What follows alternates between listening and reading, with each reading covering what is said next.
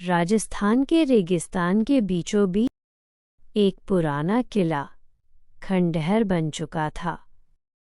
लोग कहते थे वहां रात को कोई आवाज देता है, कोई रूह पुकारती है। एक दिन गांव का युवक अर्जुन तय करता है कि वो इस रहस्य को सुलझाएगा। अर्जुन टॉर्च लेकर महल के अंदर जाता है। दरवाजे चरमराते हैं, ठंडी हवा चलती है। अर्जुन बहुत धीरे से, यहाँ कोई है? एक हल्की सी आवाज। अचानक एक पुरानी तस्वीर गिरती है, एक रानी की तस्वीर। नीचे एक सुनहरी चिट्ठी मिलती है। चिट्ठी पर लिखा था, जिस दिन सत्य सामने आएगा इस महल का शाप टूटेगा। महल के नीचे के तहखाने में अर्जुन एक छिपा हुआ कमरा पाता है। दीवारों पर पुराने हथियार, टूटी मूर्तियां और एक बड़ी जंजीर में बंधी घड़ी लटक रही है। घड़ी अचानक अपने आप चलने लगती है।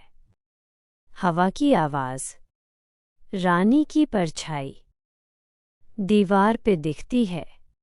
रानी बहुत धीरे से गूंजती आवाज, मेरी आत्मा तब तक मुक्त नहीं होगी जब तक कोई मेरा सच जान न ले। अर्जुन कांप जाता है पर हिम्मत जुटाता है। रानी आगे कहती है, मुझे झूठा देशद्रोही कहा गया था, पर मैंने अपने राज्य को बचाने के लिए बलिदान दिया। अर्जुन जमीन की ओर देखता है। अर्जुन जमीन में खुदाई करता है और एक पुरानी तलवार निकालता है, रानी की पहचान। जैसे ही वो तलवार को ऊंचा उठाता है, महल में तेज रोशनी फैल जाती है। रानी की आत्मा मुस्कुराती है, कहती है, सच्चाई कभी नहीं मिटती। धन्यवाद अर्जुन। महल धीरे धीरे चमकता हुआ सामान्य हो जाता है और रानी की आत्मा मुक्त हो जाती है। अर्जुन बाहर आता है। सुबह का सूरज चमक रहा होता है। वो गांव जाकर लोगों को बताता है, वो तुम्हारी रानी थी।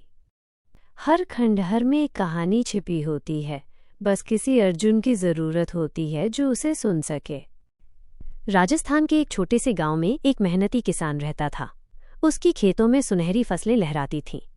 दिवाली का त्योहार आने वाला था और किसान ने अपने घर को गोबर और मिट्टी से लीपा, दियों की कतारें सजाईं। उसी समय एक प्यारा कबूतर उड़ता हुआ उसके आंगन में आ गया। किसान ने मुस्कुराकर उसे कुछ अनाज के दाने दिए। दिवाली की रात किसान ने अपने खेत के पास दीप जलाए ताकि अंधेरे में भी उजाला फैले। कबूतर ने भी पास के पेड़ पर बैठकर खुश होकर गुटरुगू की आवाज लगाई, जैसे वो किसान को शुभकामनाएं दे रहा हो। आसमान में चमकते पटाखों के साथ पूरा गांव जगमगा उठा। किसान बोला, दिवाली का सच्चा मतलब है प्रेम, प्रकाश और सबके साथ खुशियां बांटना। कबूतर ने पंख फैलाकर मानो कहा, दीप जलाओ, दिल मिलाओ। फिर भी कबूतर रोने लगा क्योंकि किसी ने लाइक सब्सक्राइब नहीं किया। राजस्थान के एक छोटे से गांव में रामू किसान रहता था। सर्दियों के दिन थे, चारों ओर ठंडी हवा और दूर पहाड़ों पर बर्फ जमी थी। रामू का एक बड़ा और समझदार मुर्गा था जिसका नाम था मोती। एक दिन रामू ने मुस्कुराते हुए कहा, मोती, जरा मेरे लिए थोड़ी बर्फ ले आओ, मैं अपने खेत की सब्जियों पर डालना चाहता हूं ताकि वे ठंडी रहें। मोती ने अपनी गर्दन ऊंची की और बोला, ठीक है मालिक। वो पंख फड़फड़ाता हुआ पहाड़ी की ओर उड़ चला। घंटों बाद वो अपनी चोंच में बर्फ के टुकड़े लेकर लौटा। किसान की आंखों में खुशी और गर्व चमक उठा। उसने प्यार से कहा, तू तो मेरे गांव का सबसे होशियार मुर्गा है। उस दिन से गांव में सब मोती को हीरो मुर्गा कहने लगे। फिर मुर्गा रोने लगा, किसी ने लाइक सब्सक्राइब नहीं किया।